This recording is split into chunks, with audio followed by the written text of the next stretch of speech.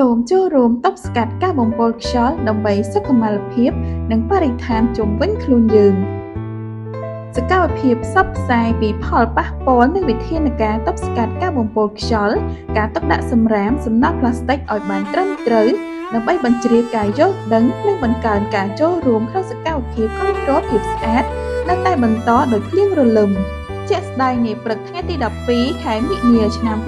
2026ក្រុមការងារមន្ទីរបរិស្ថានខេត្តកំពតបន្តសហការជាមួយលោកគ្រូអ្នកគ្រូសិស្សានុសិស្សនៃសាលាបឋមសិក្សាវត្តកំពតសាលាបឋមសិក្សាអូតូចនិងរដ្ឋបាលសង្កាត់អណ្ដូងខ្មែររួមជាមួយយុវជននិងប្រជាពលរដ្ឋស្ថិតក្នុងក្រុងកំពតខេត្តកំពត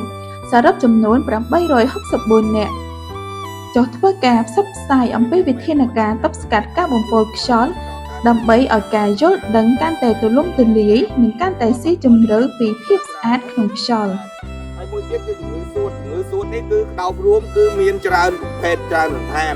ដែលយើងរងផលប៉ះពាល់ពីការបំពុលខ្យល់ទៅធ្វើឲ្យមានជំងឺរលាកកងសួតធ្វើឲ្យមានជំងឺមហារីកសួតផ្សេងៗណា